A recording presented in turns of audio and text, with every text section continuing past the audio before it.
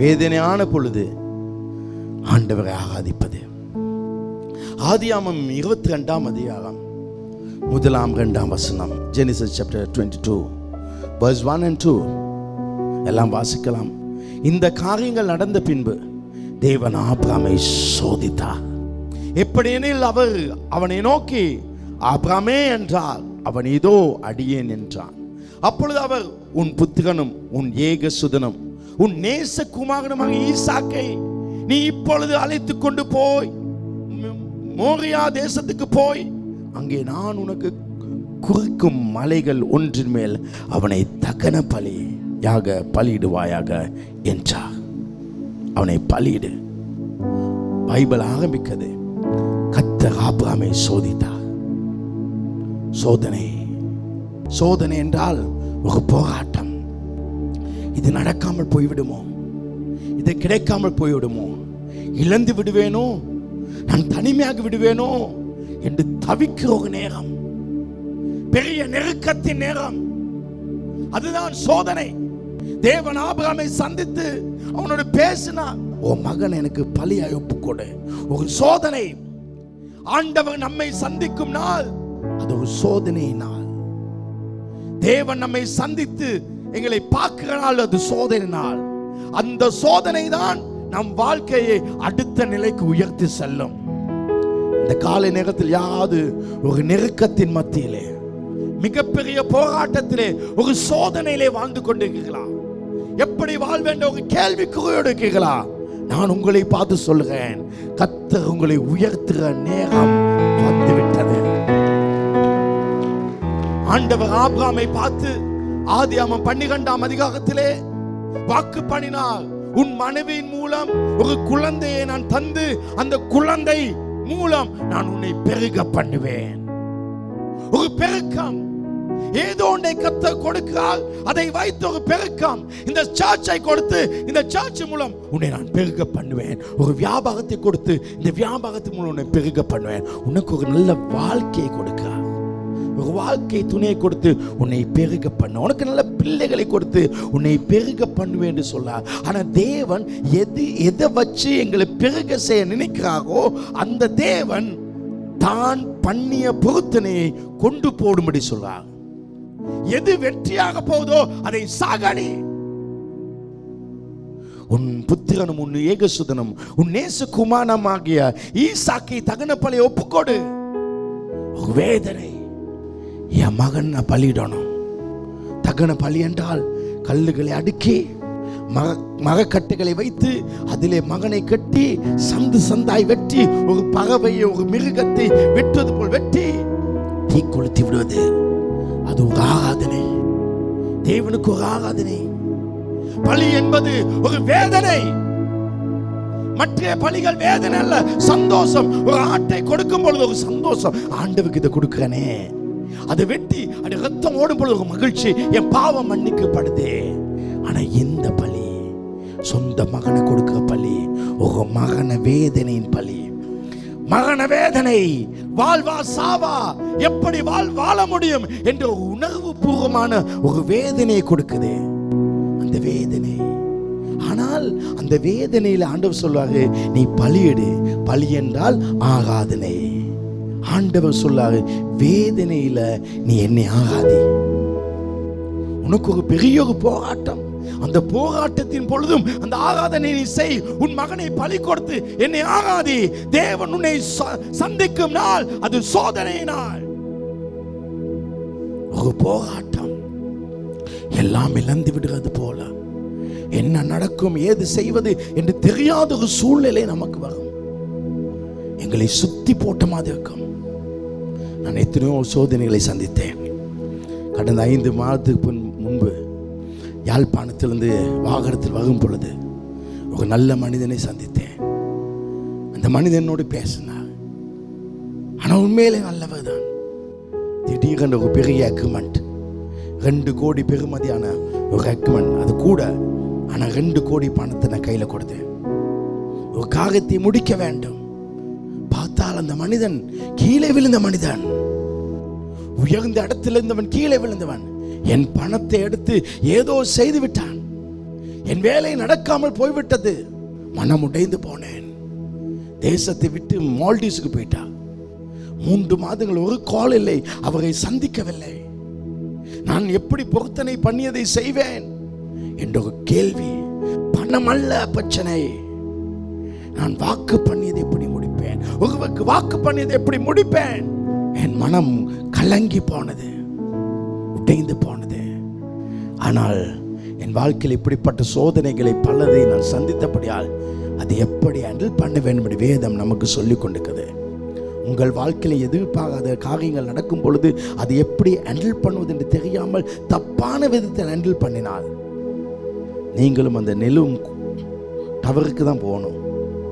2 பேர் மேலே வந்து பாஞ்சு செத்தாங்க. வாழ்க்கை அப்படி தான் போகும்.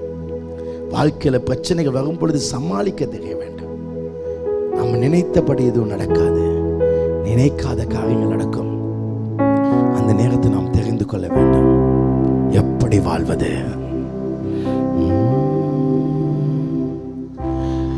நினைத்த காரியம் வாய்த்திடாமல் வாடி போனாயோ, பாரங்கள் மாலை போல் குவிந்ததாலே பயந்து போனாயோ, நினைத்த காரியம் வாய்த்திடாமல் வாடி போனாயோ, பாரங்கள் மாலை போல் குவிந்ததாலே பயந்து போனாயோ, நம் இரட்சகர் இயேசுவினாலே உனக்கென்று உண்டு. நம் இரட்சகர் இயேசுவினாலே விடுதலை உனக்கென்று உண்டு. விடுதலை உனக்கென்று உண்டு.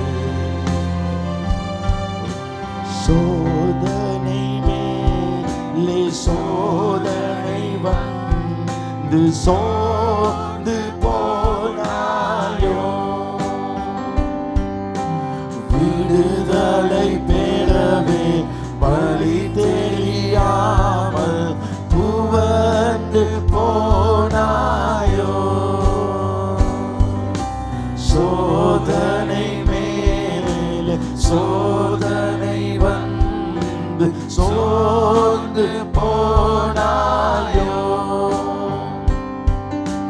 விடுதலை பெறவே வழி தெரியாமல் துவண்டு போனாயோ,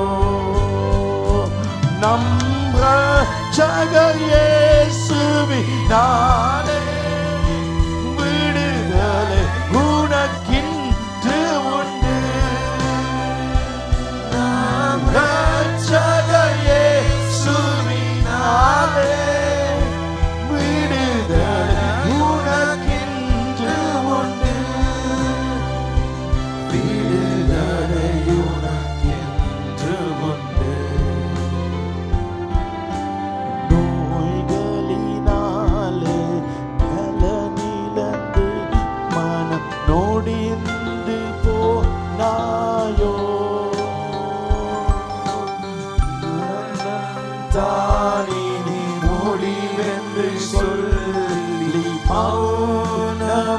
மௌனமானாயோ,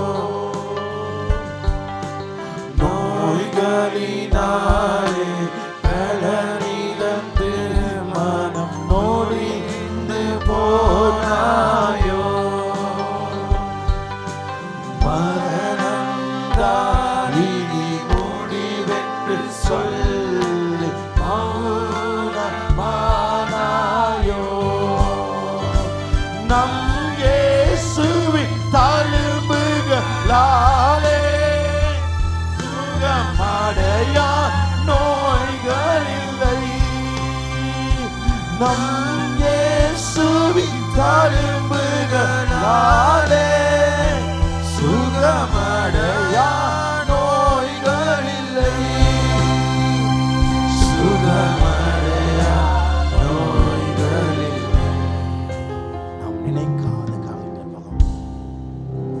ஆபிரகாம் சந்தோஷமா இருந்தான். 100 வயதில் ஒரு பிள்ளை கிடைச்சு அந்த பிள்ளையோடு நல்ல சந்தோஷமா தான். திடீரென்று ஒரு சோதனை. வாழ்க்கையில நெருக்கங்கள் வரும். அந்த நெருக்கங்கள் தான் எங்களை உயர்த்தும். அந்த நெருக்கத்தில் எப்படி ஃபேஸ் பண்றீங்க தான் முக்கியம். வாழ்க்கை அப்படியே இருக்காது. வாழ்க்கை ஒரு கம்ஃபர்ட் ஜோன்லேயே நாங்கள் இருந்தால் வாழ்க்கை ஜெயமாக இருக்காது. வாழ்க்கையில் சில பிரச்சனைகளுக்கு முகம் கொடுக்க வேண்டும். நாம் நினைக்காத காரியம் நடக்கும். நான் நினைக்காமல் திடீரென்று ஒரு வீழ்ச்சி. 2 கோடி பணத்தை கொடுத்து என்ன செய்வேன், எல்லாம் நெருக்கமாக இருக்குது என்று இருந்துச்சு. இந்த காலையில் எப்படி நான் வெளியே வந்தேன், நீங்கள் எப்படி வெளியே வரலாம் அதை சொல்லி தரப்போறேன். 2ஆம் வசனத்தில் பார்க்கும். ஆதியாகமம் 22 உன் மகன் உன் ஏக சுதனை கொடுன்னு சொன்னவர் ஆபிரகாம் ஒன்றும் யோசிக்கல. 3ஆம் வசனம் சொல்லுது, ஆபிரகாம் அதிகாலை எழுந்த. வாழ்க்கையை டேர்னிங் பண்ணுற இடம் தான். உனக்கு 1000 பிரச்சனை இருந்தாலும் அதிகாலையில் ஆண்டவர் என்ன சொன்னாரோ அதுக்கு எழும்பு. 4:30 நீ எழும்பினால் உன் வாழ்க்கை டேர்னாய் மாறும். எல்லா கோணல்களை கர்த்தர் உடைய வாழ்க்கையில போராட்டத்தை அவர் நீக்குவார். அதிகாலையில் என்னை தேடுவள் என்னை காண்பார்கள். ஆபிரகாம் அதிகாலை எழும்பான். அவனுடைய வாழ்க்கையில பிரச்சனை தான், அவனுடைய வாழ்க்கையில போராட்டம் தான், அவனுடைய வாழ்க்கையில உபத்திரவம் தான், அவனுடைய வாழ்க்கையில எல்லாமே முடிய போகிறது. இனி மரணம் தான். நான் பெற்ற பிள்ளை இழக்க போகிறேன். ஆனாலும் எத்தனை பிரச்சனை இருந்தாலும் அதிகாலை அவன் எழுந்தான். அவன் எழுந்தான். உட்காங்க. 1000 பிரச்சனை இருக்கலாம், எழும்ப வேண்டும். நான் என்ன பண்ணேன்னா, எனக்கு இப்படிப்பட்ட போராட்டத்தின் பொழுது விடிய காலை எழும்பி முழங்கால் போட்டேன். நன்றாய் முகத்துக்கு தண்ணி அடிச்சு நல்லா ஸ்ப்ரேலாம் எனக்கு ஸ்ப்ரேலாம் அடிச்சு கொண்டு நான் நல்லா உற்சாகமாக எழும்பி அவர் ஆராதிக்க ஆரம்பித்தேன். கஷ்டத்துல வேதனையில கடவுளை ஆராதித்தேன். இதுதான் வாழ்க்கை, இதுதான் வாழ்க்கை. நான் 1.5 மாதமாவது ஜிம்முக்கு போய் நான் டயட் சாப்பிட்டு 1.5 மாதம். ஆனால் எல்லாத்தையும் நான் விட்டாலும் நான் என் காலையில் எழும்பதை விடல. ஏன்னா எனக்கு தெரியும் என் பிரச்சனைகளை டர்ன் பண்ணுறடா. அதுதான். அதை மறந்துக்காத, அதை மறக்காத. காலை நேரத்தை கடவுளோடு ஆரம்பி. அந்த நாள் வெற்றி நாளாய் இருக்கும். அது அவன் உயர்வினால இருக்கும். அவன் எழும்பி தன் கழுதையின் மேல் சேனம் கட்டி தன் வேலைக்காரர்களே வாலிப 2 பேரையும் தன் குமார் ஈசாக்கையும் கூட்டிக் கொண்டு தகன பலிக்கு கட்டைகளையும் பிளந்து கொண்டு தேவன் தனக்கு குறித்த இடத்துக்கு புறப்பட்டான். கடவுள் உன்னை சந்திக்க விரும்புகிறார். அந்த இடத்துக்கு போ. மோசே, என் மகிமை உனக்கு பார்க்கணும்னா விடிய காலில் தனியே வா, நான் உன்னை சந்திப்பேன். கடவுள் சொல்ல சந்திப்பேன். உங்களுக்கு தெரியுமா, இந்த உலகத்திலே மிக கஷ்டமான காரியம் லேட்டாகவே தூங்கலாம். காலையில் யாகோட போகலாம், பகலை யாகோட இருக்கலாம், ராத்திரி யாகோட இருக்கலாம். ஆனால் காலையில் எழும்புறது அதிகாலை கஷ்டம். அது நேசிக்கிறவங்களுக்கு மட்டும்தான் செய்யலாம். கேண்டாலேருந்து பாஸ்டர் 27ஆம் வராது. ஒரு வேளை கால் அடிச்சு, பாஸ்டர் ஏர்போர்ட்டுக்கு வருவீங்களான்னு கேட்டுக்கு, ஓ பாஸ்டர் வாங்க பாஸ்டர் நான் வாங்க, ரொம்ப சந்தோஷமாக போவேன். அதுக்கப்புறம் இன்னொரு 6 மாதத்துக்கு பிறகு இல்லை 4 மாதத்துக்கு பிறகு, பாஸ்டர் வாழ்ட்டு நான் கேண்டாலேருந்து வரேன், வாங்க பாஸ்டர் காலில் அவரோட வந்து ஏதாவது சாப்பிட்டு ஃபன்னாக வந்து வரலாம். இன்னொரு நாள் கூப்பிட்டாலும் போகலாம். வருஷத்துக்கு 3 தான் வருவாங்க. ஆனால் டெய்லி ஒவ்வொரு நாளும் காலில் கூப்பிட்டா இது என்ன தலைவலி, இது என்ன தலைவலி. எழும்ப முடியாது. எல்லாமே இல்லாமல் போனது, எல்லாமே அழிந்து போய் சுத்தி விட்ட மாதிரி கணத்துல நான் இந்த 5 மாதங்கள் ஓட ஆரம்பிச்சேன். 5 மாதம் 3 மாதம் ஆளுக்கான 2 மாதம் ஓட ஆரம்பிக்கிறேன். இப்பயும் ஓடிக்கொண்டு தாங்க. இந்த கூட்டம் முடிச்சு ஓட வேண்டியது ஓடிக்கொண்டே இருக்க. ஏன் ஆண்டவர் அதை மாத்துறாங்க. நம்ம எவ்வளோ ஓடியும் வேலை. காலையில் ஆண்டவரோடு இருக்கணும். நீ படிச்சிருக்கிற உனக்கு எக்ஸ்பீரியன்ஸ் எல்லாம் எது இருந்தாலும் வேலை இல்லை, எல்லாம் மண்ணு தான். காலையில் எழும்பும் பொழுது அதுதான் வாழ்க்கையை மாற்றும். ஆபிரகாம் தெரிஞ்சான் இவ்வளவு பெரிய பிரச்சனை, அவன் எழும்பினான். அவன் எழும்பினான், ஆண்டவருக்காக எழும்பினான். தேவையான சூழ்நிலையிலும், தேவைகள் நிறைந்த சூழ்நிலையிலும், மரணத்தின் வழியிலும், மரணத்தின் உணர்வின் வழியிலும் ஆபிரகாம் எழும்பினான். கிவ் அப் பண்ணல. தேவனுடைய காகத்துக்காக அதிகாலை எழும்புவது வாழ்க்கையை அடுத்த நிலைக்கு உயர்த்தி செல்வதாகும். அவன் எழும்பினான். கதிரவன் வருமுன் கத்தரை தேடி கண்களும் விழித்திடுமே. மனம் குளிர என் மனம் பாட ஆயத்தமாகிடுமே. மனம் குளிர என் மனம் பாட ஆயத்தமாகிடுமே. வசனம் தியானிக்கையில் உள்ளம் பாடிடுமே. ராஜா அல்லேலூயா, என் தேவா அல்லேலூயா.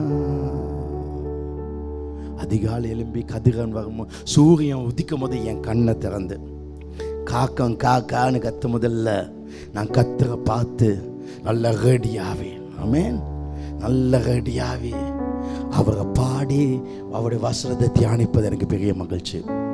நான் உங்களுக்கு சொல்லுவேன், இந்த 2வது பொண்டாட்டி ஜிம்முன்னு அதை கூட விட்டேன் இந்த 2 மாதம். ஏன்னா அவ்வளோ வேதனை. ஆனால் அதை கூட விட்டாலும் நான் ஆண்டவருடைய சமூகத்துக்கு போது விடவே இல்லை. அதுதான் வாழ்க்கை, அதுதான் வாழ்க்கை. ஜிம்முக்கு போட்டி கம்முன்னு இருக்கும்ல, அதுதான் ஆசீர்வாதம். ஏன்னா அவரை பார்க்கிறோம், அவருடைய மகிமை எங்க முகத்தில் பிரகாசிக்கும். இந்த ஆபிரகாம் காலைல எழும்பினா, ஏன் காலைல எழும்பினா? எபிரேயர் 11, 17, 18, 19 இன்றைக்கு பிரசங்கத்தை கேட்டீங்க, வாழ்க்கை ஜெயம்தான். மேலும் விசுவாசத்தினால் ஆபிரகாம் தான் சோதிக்கப்பட்ட போது ஈசாக்கை பலியாய் ஒப்பு கொடுத்தான். இப்போ அவன் சோதிக்கப்பட்ட இடத்துல அவன் என்ன செஞ்சானா, இப்போ அவன் நினைக்கல, நீங்கள் நினைக்க மாதிரி நான் புள்ளையை கொண்டு போய் கட்டையில் வைப்பேன், நான் கத்தி எடுத்து இப்படி தூக்குற நேரம் ஆண்டவர் ஆபிரகாமே ஆபிரகாமின்னு கூப்பிடான்னு அவன் நினைக்கல. அவன் வீட்டில் என்ன நினச்சி வந்தானா, நான் தூக்கணுன்னு ஆண்டவர் சும்மா இருப்பாரு, துண்டு துண்டா வெட்டி அதை எரிச்சு சாம்பலான பிறகு என் புள்ளைய திரும்ப உயிரோடு கொடுப்பார். அதுதான் அவன் நம்பிக்கை. ஏன் அப்ப அங்க அடுத்த வருஷம் சொல்லுது, ஈசாக்கெடுத்து உன் சந்ததி விளங்கும் என்று அவனோடு சொல்லப்பட்டிருந்ததே. இப்படிப்பட்ட வாக்குத்தத்தங்களை பெற்றவன் மரித்தோரிலிருந்து, ஆங்கிலத்தில் ஒரு வேதம் வசனம் சொல்லுது, அவர் சாம்பலிலிருந்து மரித்தோரிலிருந்து எழுப்ப தேவன் வல்லவராயிருக்கார் என்று எண்ணே.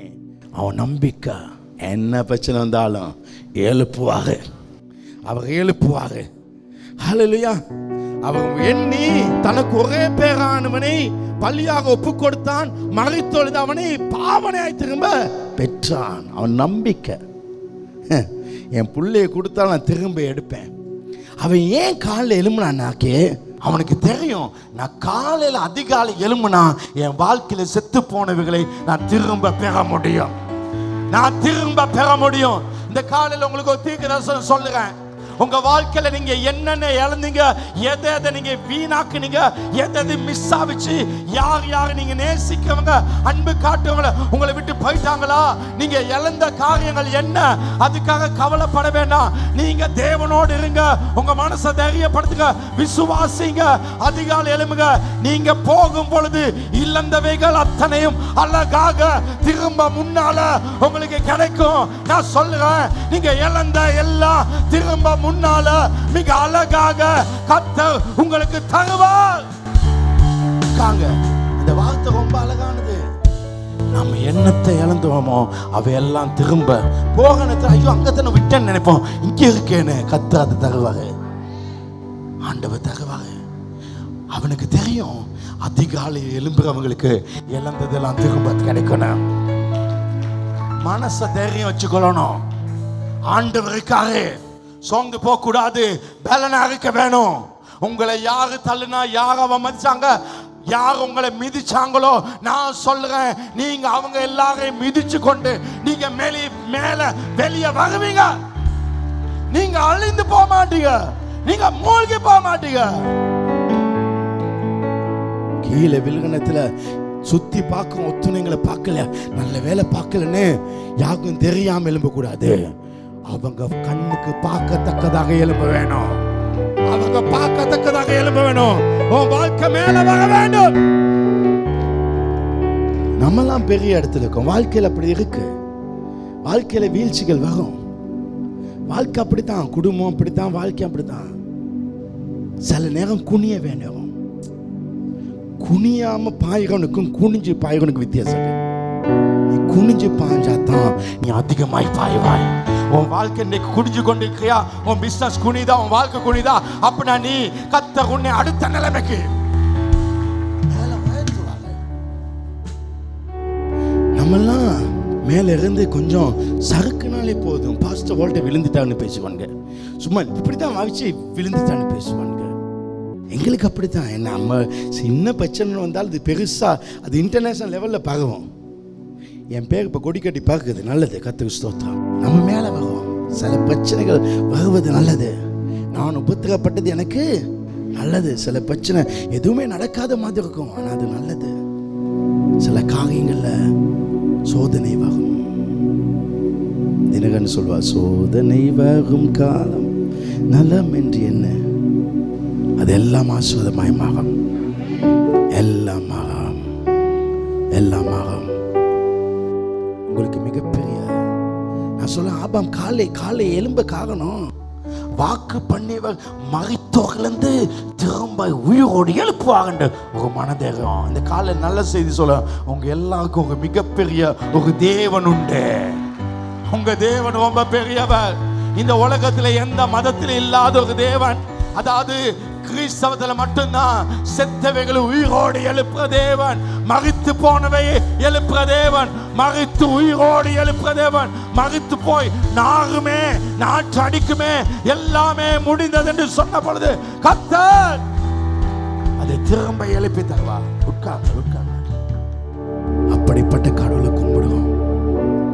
நம்ம தேவன் அப்படிப்பட்டவர், அவர் வல்லமே தேவன். இந்த ஆபிரகாம் காலையில் எழும்பி ஸ்ட்ராங்கா போவான், மகனை பள்ளியிட போவான். அவனுக்கு எந்த பிரச்சனையும் இல்லை. எனக்கும் அப்படிதான். வாழ்க்கையில பிரச்சனைகள் நிறைய பார்த்தனால பெருசா இல்லை, வாக பிரச்சனை பெருசா இல்லை. ஏன்னா பாங்க, ஆபிரகாமுக்கு 100 வயதான பொழுது மகன் கிடைச்சான், சாகாலுக்கு 90 வயசு. அதை பைபிள் இப்படி சொல்லுது பாங்க, ரோமர் 4:19. அவன் விசுவாசத்தில் பலவீனமாய், அவனுக்கு ஃபெய்த்தில் அவனுக்கு பிரச்சனை இருக்கல. சொல்லுங்க, அவனுக்கு பிரச்சனை இருக்கல, அதுக்கு பிரச்சனை மேட்டரே இல்லை. 2 கோடி ஒரு மேட்டரே இல்லை. அவன் ஏறக்குறை 100 வயதுள்ளனா இருக்கும்போது தன் சரம் செத்து போனதையும் தன் சாகாவுடைய கர்ப்பம் செத்து போன அதை என்னல்ல, அதை பற்றி கணக்கு எடுக்கல. இப்போ கவனிங்க, நினைப்பாங்க 2 பாடியும் செத்து இருக்கு, 2 சகமும் செத்து இருக்கு. இப்போ புள்ளையா சாக கொடுக்குவான். இந்த முதல்ல செத்து போன சகத்துக்குள்ளே அவருக்கு ஜீவனை கொண்டு வர முடியும் என்றால், இந்த புள்ள செத்தாலும் அவருக்கு ஜீவனை கொண்டு வர முடியும்.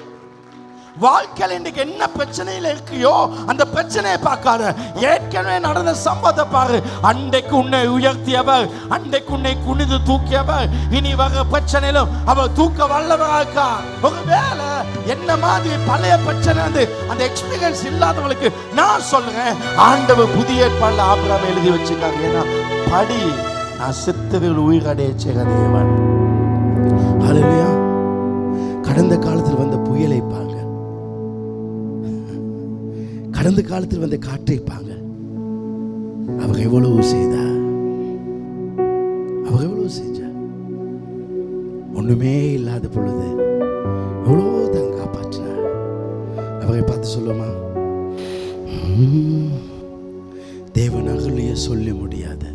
கடந்த நாட்களில் கண்மணி போல பாதுகாத்தீ. எத்தனை பேர் அந்த அனுபவம் இருக்கு? கடந்த காலத்தில் பெரிய பிரச்சனைகள், கேவலமா அவமானமா பட்டு போயிருமோன்னு இருந்த நேரத்தில் கர்த்தர் நம்மை அழகுபடுத்தி வச்சிருக்காரு.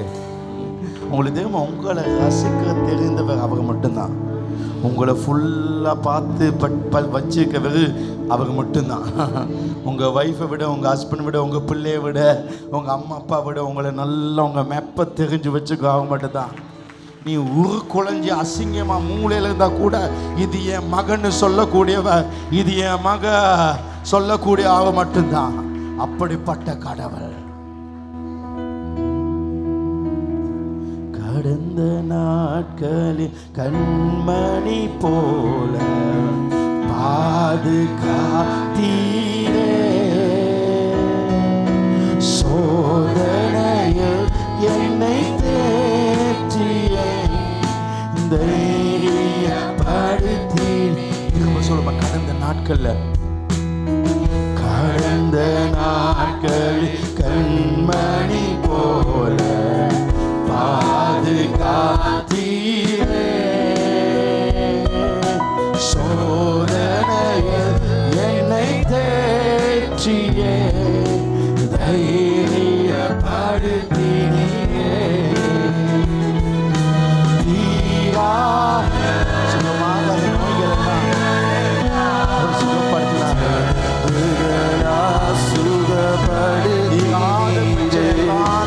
தீராத நோய்களெல்லாம் சுகப்படுத்தினீரே. தேவனாருளிய சொல்லி முடியா நீவுக்கு ஸ்தோத்திர, நீ செய்த எல்லா நன்மைக்கும் ஸ்தோத்திரம் ஸ்தோத்திரமே. சொல்லுங்க, தேவனாருளி எவ்வளோ நன்மை செஞ்சாங்க. தேவனாருளிய சொல்லி முடியா நீவுக்கு ஸ்தோத்திர,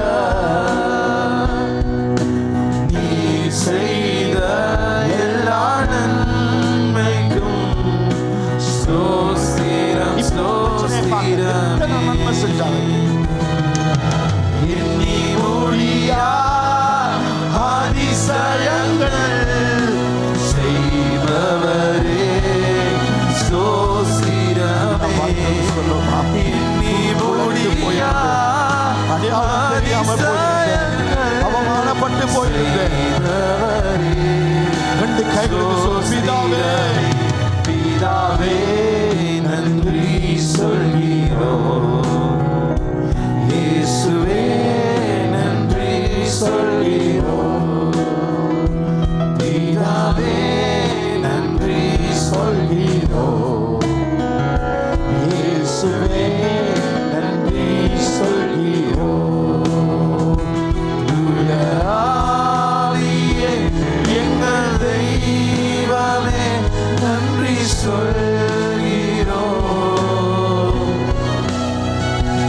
துதி ஆராதனை செய்கிறோம், துதி ஆராதனை செய்கிறோம். ரெண்டு காரியம் சொன்னேன். முதலாவது, நம் வாழ்க்கையில் பிரச்சனையான பொழுது அதிகாலை எழும்ப வேண்டும். ரெண்டாவது, ஒரு நம்பிக்கை வரணும், மகனத்திலேருந்து அவர் உயிராடைய செய்வா மன உறுதி. மூணாவது, பிரச்சனையை பார்க்காம முந்தி என்ன செஞ்சாங்க. சிங்கத்தின் கைக்கும் கரடிக்கும் கைக்கு தப்பித்தவர் இந்த கோலியாத்தின் கையில். இந்த பிரச்சனையான நேரத்தில் பாங்க கொஞ்சம் திரும்பி பார்க்கறதுல நமக்கு ரொம்ப மோசமான சூழ்நிலை. திரும்பி பார்த்தா ஒரு ஆள் அடிச்சோடு மட்டும்தான் இருந்திருக்கும். அது நம்ம ஆண்டவன் மட்டும்தான். வசதியான நாட்கள் எங்களை அடிச்சு விடுப்பாங்க, 1000 பேர் இருப்பாங்க. ஆனால் கஷ்டமானதில் யாரும் இருக்க மாட்டாங்க. இதில் 22ஆம் அதிகாரம் 7ஆம் வசனத்தை பாங்க. 4ஆம் வசனத்தில் இந்த ஆபிரகாம் ஒரு இடத்துக்கு வந்துட்டான். 5ஆம் வசனத்தை போடுங்க. கண்டான், கண்ட உடனே அப்பொழுது ஆபிரகாம் தன் வேலைக்காக, அதாவது வாலிபர் 2 பேரை நோக்கி, நீங்கள் கழுதையை நிறுத்தி இங்கே காத்துங்க, நானும் பிள்ளையாண்டும் அவ்விடத்து போய் தொழுது கொண்டு உங்களுக்கு வரும். அவ்வளோ தூரம் வந்தவங்க கழுதையோடு வந்தாங்க. ஒரு இடம் வந்தோன்னா கழுதையை 2 நிப்பாட்டிட்டாங்க. நிப்பாட்டி அந்த 2 வாலிபர் வேலைக்காரங்களே அங்கே நிப்பாட்டாங்க. தனியாக போனாங்க. சில வாழ்க்கையில் பிரச்சனைகளை நம்ம தனியாக தான் ஃபேஸ் பண்ணோம், எல்லாருக்கும் போக முடியாது. அதனால் சில நேரம் கழுதைகளோட சில கழுதைகளை நாங்கள் நிப்பாட்டிக்கணும், கொண்டு போகக்கூடாது. அதுதான் தப்பு. சில கழுதைகளோட கழுதையை நிப்பாட்டிக்கணும். ஐயோ இவங்க அப்போ இருந்து என்னோட தான் இல்லை, வேணாம் வச்சுக்க. சில காரியங்களுக்கு தனியாக தான் போகணும். நான் என் வாழ்க்கையில் எல்லா பிரச்சனையும் தனியாக தான் முகம் கொடுப்பேன். சில நேரம் நம்ம இல்லை இவங்களை விடக்கூடாதுன்னு நினைப்போம். இப்போ உங்களுக்கு ஒரு 16 வயசு புள்ள ஆற்றுல விழுந்து அடிபட்டு போகணத்தில் ஒரு 75 வயசு கிழவன் பார்த்துட்டான். அந்த உயிர் போகுது, யாரும் காப்பாற்றலை. இவன் மட்டும் பாஞ்சு 75 வயசு கிழவன் காப்பாற்றிட்டான். காப்பாற்றிட்டு கரை கொண்டுட்டான். அந்த புள்ள யாருனால தப்புனாரு? 75 வயசு உயிர் போகும். இந்த 75 வயசு கிழமை அடுத்த நாள் கேட்குறான், நான் உன்னை கல்யாணம் கட்டி வைப்பேன். அப்போ அவர் சொல்ல முடியாது. ஏன்? உன் உயிர் நேற்றே போயிருக்குமே, வாழ்க்கை எனக்கு கொடுன்னு. அதை விட ஆத்திலே போயிருக்கலாம். அது மாதிரி தான் வாழ்க்கையும். சிலர் அப்போ உதவி செஞ்சாங்க, அப்போ எனக்கு ஊட்டினாங்க சொல்லி வாழக்கூடாது. சில கழுதைகளை கழுதையோட வச்சுக்கணும். உன் உயிரை காப்பாற்ற நான் சொல்லி 16 வயசு புள்ள 75 கிழவனோட வாழ முடியாது. அதை விட அப்படியே ஆத்தோட போயிருக்கலாம். இனிமேல் நீ ஆத்தோட தான் போவ. அதனால சில கழுதைய அங்க வச்சுங்க, கழுதையோட. சில ஆக்களை சில இடத்துல விட்டுக்கணும். இல்ல இவன் போய் இந்த கிழவன் புள்ளைய கட்டி கத்திய தூக்குறது, இந்த 2 வாழவை பிடிச்சி கிழவனுக்கு கிறுக்கு பிடிச்சி சொல்லி இவனை தூக்கி வந்திருப்பாங்க. கடவுளை ஆசுவாத்தை பெற முடியாது. கடைசியில் இவன் பிள்ளையோட நடக்கான். வாழ்க்கையில தெரிஞ்சுக்கொள்ளுங்க, ஒன்று உங்க லைஃப்ல நீங்க தனியே போவீங்க, இல்லைன்னா உங்களுக்கு அடுத்தது உங்க குடும்பம் மட்டும்தான் இருக்கும், வேற யாரும் இருக்காது. உங்க அம்மா அப்பா தங்கச்சி அண்ணன் பிள்ளைகள் சகோதரன் மனைவி புருஷன், அவ்வளோதான், வேற யாரும் இருக்காது. இதுதான் வாழ்க்கை. இதை படிச்சுக்கோ. உன் நண்பர்களும் யாரும் இருக்க மாட்டாங்க. லைஃப்ல படிச்சுக்கொள்ள வேண்டிய பாடம் இது உங்களுக்கு முக்கியமான காரியம். சரியா? இப்போ போயிட்டாங்க. அப்போ நீங்கள் லைஃப்பில் தெரிஞ்சுக்கொள்ளணும், நான் தனியாக தானே? இல்லை, தனியாக தான். நான் என் பிரச்சனையை யாரும் சொல்ல, ஆனால் நான் யாருக்காவது இந்த பிரச்சனை இப்படி ஒரு பிரச்சனை இருந்துச்சு நான் ஷேர் பண்ணியிருந்தாலும் நான் தைரியமாக இல்லை, இது சரி வரும் அப்படி தான் பேசுகிறேன். நான் ஃபேஸ் பண்ணேன். இப்போ அவன் போய் கொண்டிருக்கிறதுல 7ஆம் வசனத்தை பாங்க. அப்பொழுது ஈசாக் தன் குமாரனாகிய தகப்பனாகிய ஆபிரகாமை நோக்கி, என் தகப்பனே என்றான். அதற்கு அவன், என் மகனே இதோ இருக்கின்றான். அப்பொழுது அவன், இதோ நெருப்பும் கட்டியும் வாசிங்க இருக்குது தகன பலிக்கு எல்லாம் இருக்கப்பா, இது மட்டும் மிஸ்ஸிங். இந்த மலை உச்சியில் ஒன்று மிஸ்ஸிங். வாழ்க்கையில் எல்லாமே இருக்கு, ஆனால் தேவையான ஒன்று இல்லை. இந்த காலையில் நீங்கள் அப்படி வந்திருக்கீங்க. இந்த பணம் மட்டும் இருந்துச்சுன்னா, இது மட்டும் எனக்கு சகிச்சுன்னா, எனக்கு இந்த ஜாப் மட்டும் சகிச்சா, இந்த பிஸ்னஸ் மட்டும், எனக்கு இந்த பிரச்சனை மட்டும் தீர்ந்தா, இதோ பிரச்சனை உங்களுக்கு தேவையோடு இருக்கீங்க. மகன் கேட்க எங்காது?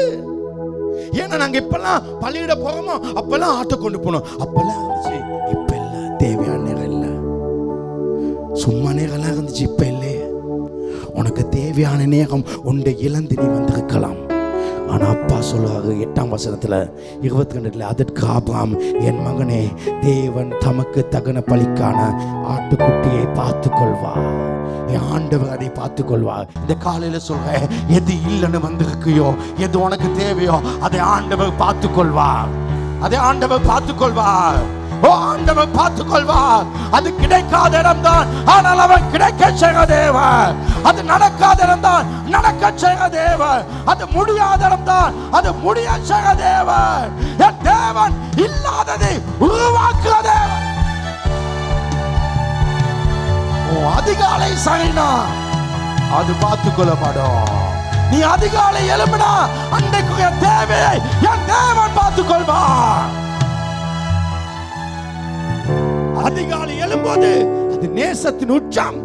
உலகத்திலே மிக கஷ்டமானது அதிகாலை எழும்போது, அது நேசத்தின் உச்சம். நீ அதிகாலை எழும்பி ஆராதிக்கும் போது தேவன் அதை பார்த்துக் கொள்வார். இப்ப ஆபிரகாம் 10ஆம் வசனத்துல மகனுக்கு சொல்லலாம், மகனே நான் இப்போ உனே தான் பலியிட போவேன்ப்பா. அப்பா பரவாயில்ல, நீங்க கடவுளை நேசிக்கவ. ஆமா, எனக்கு நீயா கடவுளான்னு வந்தா எனக்கு கடவுள் தான். சரியப்பா, ஆனா ஒன்றும் கவலைப்படாத, நான் உன்னை வெட்டி சாகடிச்சுவேன். ஆனா என் ஆண்டவர் செத்து போய் சாம்பல் திரும்ப எனக்கு கிடைக்கும். எதை இழக்கணும் அது எனக்கு திரும்ப கிடைக்கும். நான் இழந்ததை அழகாய் பெறுவேன், மகிமையாய் பெறுவேன். இன்னைக்கு இழந்து போய் பல நாட்கள் பயணத்திலே, பல வருஷ பயணத்திலே, உன் வாழ்க்கையிலே பெரிய தோல்வியோடு நீ வந்திருக்கலாம். 4ஆம் வசனம் சொல்லுது, 3ஆம் நாளில், மறுபடியும் ரிவர்ஸ் பண்ணி சொல்றேன், 3ஆம் நாளில் ஒரு அற்புதம். வர புதன்கிழமை ஒரு அற்புதம். போன கிழமை நடந்தவர்களுக்கு இது ஒரு போனஸாய் நடக்க போகுது. கர்த்தர் அதை செய்ய போகிறார். 3ஆம் நாளிலே ஒரு அற்புதம் நடக்க போகிறது. நீ இழந்த ஏதோ ஒன்றை திரும்ப பெற போகிறாய். இயேசுவின் நாமத்தினாலே சபையே பெற்றுக்கொள். மகனை கையையும் காலை கட்டிட்டு பட்டையை தோங்கான். 10ஆம் வசனம், பின்பு ஆபிரகாம் தன் குமாரனை வெட்டும்படிக்கு தன் கையை நீட்டி கத்தியை எடுத்தான். அப்பொழுது கர்த்தருடைய தூதனானவர் வானத்திலிருந்து ஆபிரகாமே ஆபிரகாமே என்று கூப்பிட்டு அவன் இதோ அடி என்றான். 12ஆம் வசனம் முக்கிய வசனம், அப்பொழுது அவர் பிள்ளையானன் மேல் உன் கையை போடாதே, அவனுக்கு ஒன்றும் செய்யாது, நீ அவனை உன் புத்திரன் என்றும் உன் ஏகசுதன் என்று பார்க்காமல் எனக்காக ஒப்பு கொடுத்தபடியா, எனக்கு ஒப்பு கொடுத்தபடியால் நீ தேவனுக்கு பயப்படுறவன் என்று இப்பொழுது அறிந்திருக்க. ஆங்கில மொழியில் சொல்றது, நீ தேவனை நேசிக்கிறவன் இப்ப தெரியும். இப்பதான் தெரியும், இப்பதான் இதை செஞ்சாலும் தான் தெரியும். கடவுளுக்கு எல்லாம் தெரியும், நாளைக்கு என்ன நடக்கும் தெரியும். ஆனால் கடவுளுக்கு இந்த உணர்வு பூர்வமான காரியம் தெரியாது. நீங்க நாளைக்கு என்னத்தை நினைக்க போய்ங்க? ஆபிரகாமை படிச்சு சவுல ராஜாவை கேட்டு ஏன் தான் அவனை செஞ்சிடும் அப்படின்னு நினைச்சாங்க. ஏன்னா பைபிளை பார்க்கும், அவர்கள் பட்ட பாடுகள் நிமித்தம், மனுஷனா வந்து பட்ட பாடுகள் நிமித்தம் நம்முடைய பாடுகளை அவர் இருந்தார். இல்லாட்டி அவர் கடவுளா இருந்து அவருக்கு தெரியாது, மனித பாடு. எனவே இந்த உணர்வு பூர்வமான காரியம் தெரியாது. நீங்க உண்மையில கடவுளை நேசிக்க அறிஞ்சிருக்கீங்களா? பைபிள் சொல்லுது, எனக்கு இப்பதான் தெரியும் நீ என்னை நேசிக்கான்னு. உங்க வாழ்க்கையில சோதனைன்னு ஒன்று வரும் பொழுது அந்த சோதனையில கடவுளை நேசிக்கன்னு காட்ட வேண்டும். உங்க சோதனையில தேவனை நேசிப்பதை தேவன் அறிய வேண்டும். சிங்கள பைபிள் சொல்லுது, நீ உன் மகனை ஒப்பு கொடுத்தபடியா என்று. அதுல சிங்களத்தில் என்ன சொல்லுக்குதா, நீ உன் மகனை நீ எனக்காக விளக்காதபடியால், விளக்கல்ல, நீ அதை எனக்கு கொடுத்துட்ட. உன் படிப்பை சண்டே கிளாஸ் இத்தனை மணிக்கு, ஆனா இந்த படிப்பை அதை நீ விளக்கல்ல, எனக்காக நீ அதை என்னைய விளக்கி நீ அதை எடுக்கல. உன் குடும்பத்தில் ஒரு மரணம் வந்தாலும் நீ என்னைய விளக்கல, சொந்தம் வந்தா கூட நீ விளக்கல்ல. நான் தான் உனக்கு முக்கியம். இந்த காலையில் இப்படி ஒரு காரியத்தை உங்களுக்கு சொல்றேன். நீங்கள் ஏற்கனவே ஒன்றை நேசித்து கொண்டிருக்கீர்கள். இப்ப நேசித்து கொண்டிருப்பதை விட நீங்கள் தேவனை அதிகம் நேசிக்கிறீர்களா என தேவன் பார்க்க. என் வாழ்க்கையில எதையும் செய்ய முடியாத ஒரு சூழ்நிலை 5 மாதங்க. அந்த 5 மாதத்துல நான் காலை எழும்போதும் கடவுளோடு இருப்பதை நான் விடல, அந்த வேதத்தை வாசிப்பதை விடல, எல்லாத்தையும் தூக்கி போட்டேன், ஆனா அதை விடல. அதில் உறுதியான நீ என்னை நேசிக்கான்னு இப்ப தெரியும். கடவுள் உங்களை நேசிக்கான்னு நீங்க கடவுள் பார்க்கணும். இதுல பியூட்டி, இந்த வசனத்தை பாருங்க 13. ஆபிரகாம் தன் கண்களை ஏறெடுத்து பார்க்கும்போது இதோ பின்னாக புதரிலே தன் கொம்புகள் சிக்கி கொண்டிருக்க ஒரு ஆட்டுக்கடாவை கண்டான். அப்பொழுது ஆபிரகாம் போய் கடாவை பிடித்து அதை தன் குமாரனுக்கு பதிலாக தகன பலியிட்டான். எப்ப நீ கடவுளை நேசிக்கான்னு கடவுள் எப்ப பார்க்கிறாரோ அப்பதான் உனக்கு தேவையானவைகளை நீ பார்ப்பாய். அதுவே அங்கதான் இருக்கும், ஆனா உனக்கு விளங்காது. ஓ அற்புதம் பக்கத்துல இருக்கும், கிடைக்காது. கடவுளை நேசிக்கிறத கடவுளுக்கு நீ காட்ட வேண்டும். எல்லா ஃப்ரெண்ட்ஸும் சேர்ந்து செட் ஆகி எங்கேயோ போவாங்க, இல்ல இவங்க முக்கியம். அது ஒரு சோதனை. சில நேரத்தில் மிஷனுக்குள்ள ஊழியங்களுக்குள்ள சில குழப்பங்கள் வரும். உன்னை அழைச்சது கடவுள், ஊழியத்தை கொடுத்தது கடவுள். என் உயிரை போனாலும் அவருடைய சித்தத்தை செய்வேன். இல்ல என் ஃப்ரெண்ட் இந்த ஊழியத்தில் விலகிட்டான், நான் அவனோட சங்கு தான் உனக்கு. நான் என் ஊழியத்துக்கு என் நண்பன் கூப்பிடல. நான் நேசிக்கிறவங்க இதை விட்டு போனாலும், ஆண்டவருக்காக வாழ போய் என் தலை வெட்டப்பட்டு கீழே விழுந்து இன்னொரு தலை வந்தாலும் அதுவும் ஆண்டவருக்காக தான் என்று சொல்லுற கூட்டம் எழும்ப வேண்டும். என் சொந்த பிள்ளை வெட்டியாவது அவரை நேசிக்கன்னு காட்ட வேண்டும். இதான் வாழ்க்கை. எத்தனோ பேர் அவனுக்காக இவனுக்காக ஊழித்து விட்டவங்க. இப்படி நானும் என்றைக்கோ விட்டு இன்றைக்கு என் சாவு தான் நடந்துக்கும். நீங்களும் நானும் ஊழியம் செஞ்சு கொண்டிருக்கனால தான் இன்றைக்கி சந்தோஷமாக்கும். அங்கே ஒரு பொம்பளை விட்டதும், அங்கே ஒரு ஆம்பளை விட்டதும், அங்கே ஒரு நண்பன் விட்டதும் அது நமக்கு ஒரு சோதனை. அங்கே பேருக்காக வார்டுக்காக ஊழியம் செய்யல, அவருடைய ராஜ்யத்தின் மகிமைக்காக ஊழியம் செய்யலாம். அதுதான் வாழ்க்கை. இமேஜ் எத்தனை இன்னல்கள் என் வாழ்வில் வந்தாலும் உம்மை பிரியே ஐயா. எத்தனை இன்னல்கள் என் வாழ்வில் வந்தாலும் உம்மை பிரியே ஐயா. சித்தமே செய்து சாட்சியாய் வாழ்வே நிச்சயம் நிச்சயமே. சித்தமே செய்து சாட்சியாய் வாழ்வே நிச்சயம் நிச்சயம். மறுபடி எத்தனை இன்னல்கள் எத்தனை இன்னல்கள் என் வாழ்வில் வந்தாலும் உம்மை பிரியே ஐயா. எத்தனை இன்னல்கள் என் வாழ்வில் வந்தாலும் உம்மை பிரியே ஐயா.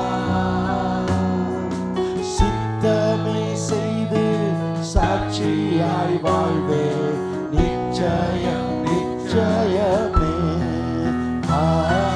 சித்தமே செய்து சாட்சியாய் வாழ்வே நிச்சயம் நிச்சயமே. ஆயுள் முழுதும் உடைய சித்தத்தை செய்து உமக்காக வாழ்வேன். ஆமென். அவருக்காக வாழ்க்கை, அவருடைய மகிமைக்காக. எனக்கு அவர்தான் முக்கியம், மற்றெல்லாம் அடுத்துதான். கடவுளை இழந்து இந்த உலகத்தில் எனக்கு எதுவும் வேணாம். இந்த உலகமே இழந்தாலும் அவர் மட்டும்தான் 1000 உலகங்களை பெற முடியும். உலகத்தை இழந்து கடவுளை வைத்திருக்கவன் 1000 உலகங்களை பெறுவான். இந்த 5 மாதங்கள் ஒரு நாளாவது சோர்ந்து போய் நான் ஊழியம் செஞ்சதில்லை. ஒரு நாளாவது மனம் உடைந்து நான் பசகம் பண்ணதில்லை. தைரியமா தான் இருந்தேன். ஆண்டவர் காண்பிக்க ஆரம்பித்தார். ஆபிரகாமை காண்பித்தார். கடவுள் பார்க்க நீ உன் அன்பை கடவுள் பார்க்க வைத்தால் கடவுளுடைய அன்பை நீ பார்ப்பாய். உனக்கு எது தேவை அதை பார்ப்பாய். இல்லாத இடத்துல உன்னை கற்றுக் கொடுப்பார். அந்த 2 கோடி இழந்து அந்த கம்பெனி அவ வந்தா.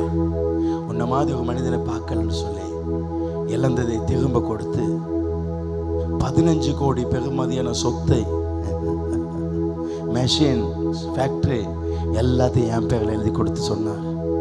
நான் உன்னோட சேர்ந்து வியாபாரம் செய்ய ஆச்சுன்னு. நான் இழந்தது கொஞ்சம், ஆனால் கத்தை பெற்றுக்கொள்ள வைத்தது அதிகம். இது நாம் எப்படி நடந்து கொள்வோம்? கடவுளை முக்கியம் வைக்கமா? இல்ல நாம ஊர் உலகத்தை வச்சு இதை செஞ்சு அதை செஞ்ச பெற பக்கமா? அவர் மேல நம்பிக்கை. இந்த பணத்தை பெற அதை செய்வோம், அவனை செய்வோம், இவனை இல்ல. என் மனசுல தோண்டி ஒண்ணு தான். என்னோட வந்தவர் சொன்னேன், இந்த மனுஷன் கீழே விழுந்திருக்கான். ஒரு காலத்தில் நான் விழுந்த பொழுது ஒருவர் எனக்கு உதவி செய்தார்கள். இந்த நேரத்தில் இவன் விழுந்த பொழுது நான் என்ன செய்யறேன்? ஆண்டவனை சோதிக்கிறா. அந்த சோதனை எனக்கு ஜீவக்கு எடுத்து கொடுச்சு, எனக்கு பார்க்க வச்சுச்சு, என்னை காண வச்சுச்சு. நான் பார்க்காத இடத்த பார்த்தேன். 3 டாக்டர்ஸோட எனக்கு பெரிய மீட்டிங் உண்டேன். அவங்க சொன்னாங்க இந்த பிஸ்னஸ் செய்வான். நான் சொன்னேன் சரி, நவம்பர்ல செய்வான். கடவுள் என்னை உயர்த்தினா. இன்னொரு சொத்தை என் பேர்ல அவனே எழுதி லாயரை வச்சு எழுதி எல்லாம் கொடுக்க கற்று வைத்தார். ஆண்டோடைய மகிமை அப்படிதான். நாம் என்னத்தை இழந்தோமோ அவைகளை மிக அழகாக முன்னாலே பெற போகிறோம். அல்ல முன்னாலே பெற போகிறோம். தேவனை நேசிப்பதாக தேவன் அறியும் வரை உனக்கு வேண்டியதை நீ காண மாட்டாய். நீ எதுக்கு சர்ச்சுக்கு வர? உன் தேவைக்காக. நீ கடவுள் மேல் அன்பை காட்டு. தேவனுக்கு வேண்டியது ஏற்கனவே உனக்கு வேண்டியதை கத்து வைத்துக்கா. ஆனால் அவன் தேவனை நேசிப்பதாக தேவன் அறிய மட்டும் அவனுக்கு ஒண்ணும் விளங்கல. உன் அற்புதத்தை நீ காண மாட்டாய். கடவுள் கடவுள் கடவுளை நீ நேசிக்கன்னு காட்டு. எதுலயாவது காட்டு. ஊழியத்துல காட்டு, சபையில காட்டு, மலை வந்தனத்துல காட்டு, உன் வாழ்க்கை முறையில காட்டு. கடவுள் மேல நம்பிக்கையை காட்டு. அவர் மேல அவரை வச்சுக்க நம்பிக்கை. அவர் எல்லாம் நமக்கு தேவை. இப்ப அவன் சொல்லுவான் 14ஆம் வசனத்துல, ஆபிரகாம் அந்த இடத்துக்கு யெகோவா ஜைரே என்று பெயரிட்டான். அதனால் கர்த்தருடைய பர்வத்தில் பார்த்து கொள்ளப்படும். உங்களுக்கு தேவையான அத்தனையும் ஆண்டுடைய பருவத்தில் மட்டும்தான் பார்த்து கொள்ளப்படும். நீ காலையில் எழுப்பி அவர்கிட்ட போனா அங்க மட்டும்தான் பார்த்து கொள்ளப்படும், வேற எங்கும் கிடைக்காது. நீ படிக்கிற டிகிரியோ எதுவுமே உனக்கு எதுவுமே செய்யாது. நீ அவருடைய சமூகத்துல தான், அவருடைய பாதத்துல தான் எல்லாம் பெற முடியும். 15, 15, 18. ஏன்னா இந்த கடவுள் பார்க்கணும், நாங்கள் அவங்க நேசிக்கணும். நிறைய பேர் வாங்குது கடவுள்கிட்ட ஏதாவது இருக்கு, ஆனால் கடவுளை நேசிக்கணும் காட்ட வேண்டும். அந்த கடவுள் மேல அன்பு வைராக்கியம். இப்ப 15 கர்த்தருடைய தூதனானவர் 2ஆம் தகம் வானத்திலிருந்து ஆரம்பிக்கப்பட்டு, நீ கடவுளை நேசித்தால் கடவுள் உன்னோடு அடிக்கடி பேசிக்கொண்டே இருப்பாங்க. நீ உன் புத்திரன் என்றும் உன் ஏகசுதன் என்றும் பார்க்காமல் அவனை ஒப்பு கொடுத்து இந்த காரியத்தை உன் புள்ளனை பார்க்காம விட்டியே, உன் தொழில்னு பார்க்காம விட்டியே. நீ இந்த ஒப்பு கொடுத்து இந்த காரியத்தை செய்தபடியா நான் உன்னை ஆசீர்வதிக்கவே ஆசீர்வதித்து உன் சந்ததியை வானத்தின் நட்சத்திரத்தை போலவும் கடற்கரை மண்ணை போலவும் பெருகவே பெருக பண்ணுவேன். உன் சந்ததியா தங்கள் சத்துருக்களின் வாசல்களை சுத்தித்துக் கொள்வார்கள் என்றும் நீ என் சொல்லுக்கு கீழ்ப்படிந்தபடியால் உன் சந்ததியா கீழ்ப்படிச்ச. நல்ல கவனிங்க, நீ அதிகாலை எழும்பி உன் நேசத்தை காட்டினா, மகனை வச்சு காட்டுனா, நான் பார்த்தேன்டா உன் அன்பை நான் பார்த்தேன். எமிர்வுள்ள அன்பா பார்த்தேன். அது மட்டும் நீ கீழ்ப்படியா. ஆமா, எனக்கு பெரிய ஒரு தேவை இருக்கு, எனக்கு ஒரு பணம் வந்துச்சு, இந்த பணத்தை வச்சு அந்த தேவையை முடிக்கணும். ஆனா எனக்கு சொல்லுது ஆண்டவர் கொடுன்னு. ஏன்னா என் தேவையை விட எனக்கு அவ முக்கியம். இந்த பிரச்சனை, இந்த பணம் முழுமையா நான் போட்டேன்னா, இந்த முழுமையா போட்ட கூட இந்த தேவையை சந்திக்க முடியாதான். அதுல ஒரு தொகை அங்க போட்டா எப்படி இதை சந்திக்க? இல்ல, அவர் வார்த்தை கீழ்ப்படியணும். ஞாயிற்றுக்கிழமை சர்ச்சில் இருக்கணும், எனக்கு கிடைக்கல 10 கொடுக்கணும், நான் காலை எழும்ப வேண்டும். அவருடைய ஊழியத்தை யாருக்காகவும் இல்லாம நான் அவருக்காக செய்யணும். எங்க இருந்து என்ன தூக்கி இங்க வச்சுட்டாரு, யாருமே கணக்கெடுக்கல. ரோட்ல போனா சொறி நாய் கூட எங்களை கணக்கெடுக்காது. இன்னைக்கு நம்மளுக்கு ஒரு மதிப்பு கொடுத்தாரு, நமக்கு ஒரு அட்ரஸ் கொடுத்தாரு தானே, நமக்கு ஒரு பேர் கொடுத்தாரு தானே. ஒரு காலத்தில் நான் நினச்சேன், என்னால் தான் இந்த சர்ச் ஓடுது, நான் தான் சர்ச்சுக்கு ஆஸ்வதுன்னு. ஆண்டவர் நாள் காட்டினாரு, இந்த சர்ச்னால தான் நீ வாழுகான்னு, இந்த சர்ச் தான் உனக்கே அட்ரஸ்ன்னு. என்னை உயர்த்தி வச்சு இந்த அளவுக்கு கொண்டதே இந்த ஆண்டோட சபை தான், வேற எதுவும் இல்லை. என் படிப்பு, என் பசங்க அல்ல, இந்த சர்ச் தான். அதை நான் மறக்க மாட்டேன். அதை எப்படி மறக்கவே முடியாது. இந்த நிலையில இருக்க காரணம் நமக்கு பதவி எல்லாம் அவர் தான் தானே. இப்படி இல்லாடே நான் இப்படிலாம் ஷூவெல்லாம் போட்டு அழகா வகவோமா? வகவே மாட்டோம். ஆண்டவர் சொல்லாது, நீ எனக்கு கீழ்ப்படிச்சாய், அதனால் உன் வாழ்க்கையை நான் ஆஸ்வதிப்பேன். உன் புத்தகன்னு பார்க்கல, நான் உன் வாழ்க்கையை ஆஸ்வதிப்பேன்.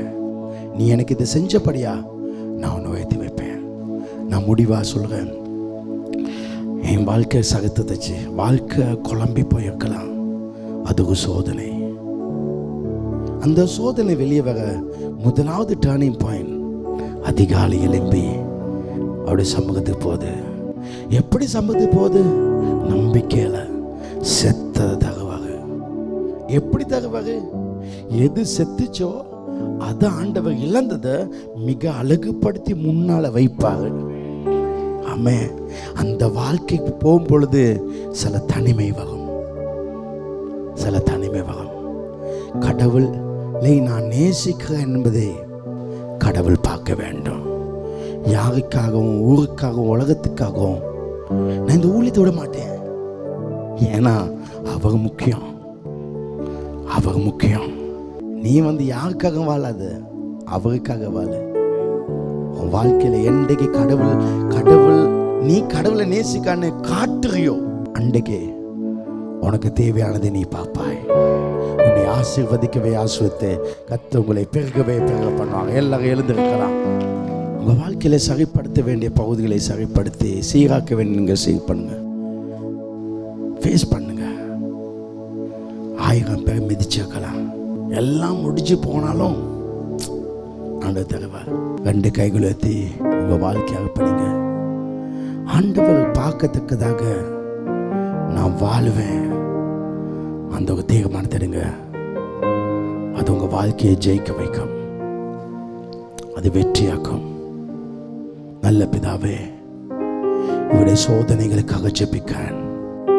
இந்த சோதனையை சகித்து இதிலே ஜெயம் பெற இவரை ஆஸ்வதிக்கிறேன். இந்த சோதனையிலே ஜெயிக்க முதல் படி அதிகாலை எழுந்து உங்க சமூகத்தில் இருப்பது. இரண்டாவது ஒரு நம்பிக்கை. ஆண்டவர் மரணத்திலிருந்து உயிரடைய செய்கிறவர். அதை பிறகு கடைசி நேரம் நான் தனிமையாகுவேன். அந்த தனிமையிலும் நான் கடவுள் மேல் அன்பாக என்பதை காண்பிப்பேன். அதுதான் இதுவரை பார்க்காததை பார்க்க வைக்கும். யோபுவை போல எல்லாம் இழந்திருந்தாலும் ஆண்டவர் கொடுத்த ஆண்டவருக்கு நன்றி என்று அந்த வேதனையிலும் ஆராதித்து உமக்கு கொடுக்கிற அந்த பூஜை பலிதான் எங்க வாழ்க்கையை ஆஸ்வதிக்கும். இயேசுவின் நாமத்தில் இந்த சபை மக்களை ஆஸ்வதிக்கிறேன். இவர்கள் எதை இழந்தார்களோ அவனோட சுகத்தை, மானத்தை, தன்மானத்தை, மதிப்பை, கனத்தை, பணத்தை, புகழை, சுகத்தை எதை இழந்தார்களோ அவையெல்லாம் இவளுக்கு வரும் நாட்களில் மிக அழகாக முன்னால் இருப்பதாக. இந்த சபை மக்களுக்கு விசேஷமாக 2 ஆசீர்வாதங்கள், சொந்த வீட்டையும் சொந்த வாகனத்தை கொடுத்து ஆசீர்வதிப்பாக. நான் இன்னைக்கு கடைசி தீர்க்கதரிசனமாக சொல்றேன், 3ஆம் நாளிலே நீங்க இவளை சந்திப்பீராக. இவளுக்கு தேவையான அந்த ஆட்டை, இவளுடைய தேவையை சந்திப்பீராக. இயேசுவின் நாமத்தில் பிதாவே. சபை சத்தமாய் சொல்லுங்கள், ஆமென், ஹல்லேலூயா.